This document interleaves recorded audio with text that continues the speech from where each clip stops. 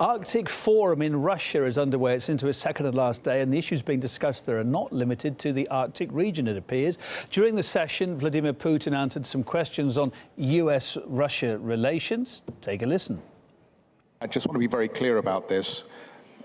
You and the Russian government did never try to influence the outcome of the US presidential election, and there will be no evidence found. Read my lips. No. Well, that was firm and short and to the point. Artie Petrenko has been across this forum for us. He's there now. Ilya, what did the president have to say? Give us some more detail. Kevin, hi again. Just as you were saying, the issues of the northern regions, of the northern hemisphere, discussions on them quickly turned into a very pacey Q&A for Vladimir Putin on US-Russia relations. Now, let's just go through some of the other things Vladimir Putin had to say.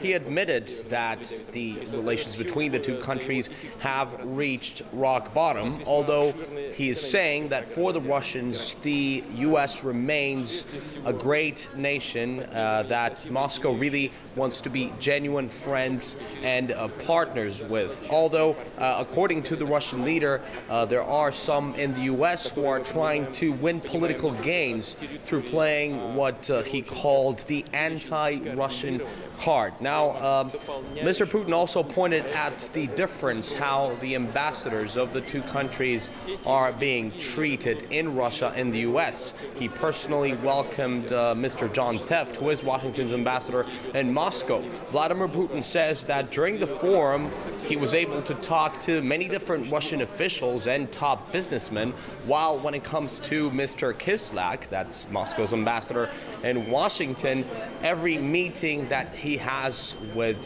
some kind of U.S. official by some people in the U.S. is portrayed as some kind of spy get-together, and this is what really Vladimir Putin slammed. Now, earlier also, the president said that Moscow doesn't see any potential conflict in the Arctic, even in the determining of borders, because we do understand that with the global warming, everyone does want to get a slice of that Arctic pie. We understand that the ocean is melting, and by 2014 it is predicted to be ice-free for an entire month of the year.